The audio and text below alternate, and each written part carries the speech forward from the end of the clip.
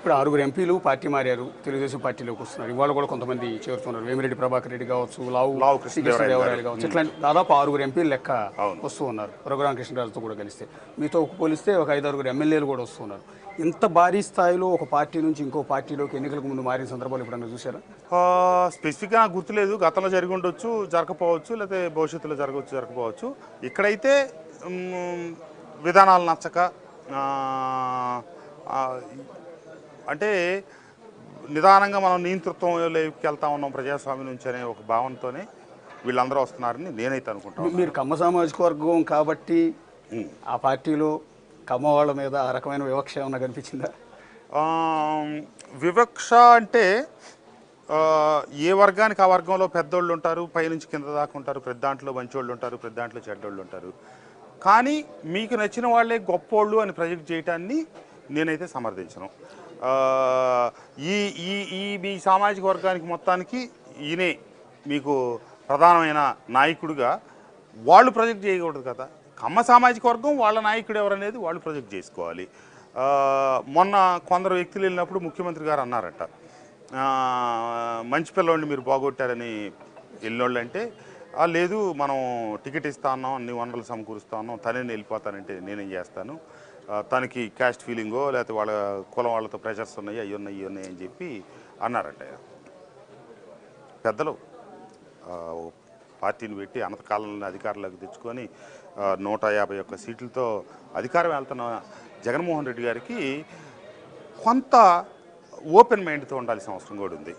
ఎందుకంటే 2018లో చంద్రబాబు నాయుడు గారు ముఖ్యమంత్రిగా ఉండి ఒక సంవత్సరం ముందే నన్ను పిలిపించి, కృష్ణప్రసాద్ నువ్వు మా పార్టీలోకి రా, నీకే సముచిత స్థానం ఇచ్చి ఏదో సీట్ ఇచ్చి నిన్ను చేపిస్తాం, పతిపాటి పుల్లారావు గారితో నువ్వు ఫాలో అని చెప్పి వారు చెప్తే, నేను కాదు కూడదు, ఒక్క అవకాశం ఇవ్వమని నేను వస్తున్నాడు, యువకుడు ఏదో ఉత్సాహంగా ఇంకా అభివృద్ధి చేస్తారనే ఉద్దేశంతో నేను వచ్చి సంవత్సరం ముందే మైలవరంలో వైఎస్ఆర్ కాంగ్రెస్ పార్టీ పగ్గాలు తీసుకొని ప్రభుత్వానికి వ్యతిరేకంగా బలమైనటువంటి, అప్పటికి 4 పర్యాయాలు గెలిచి 5వ పర్యాయం ఎన్నికల్లో నిలబడుతున్నటువంటి దేవినేని ఉమామహేశ్వరరావు గారికి వ్యతిరేకంగా అక్కడ పోరాటం చేసి కేసులు పెట్టించుకొని నానా గొడవ, అడుగు తీసి అడుగేస్తే గొడవ.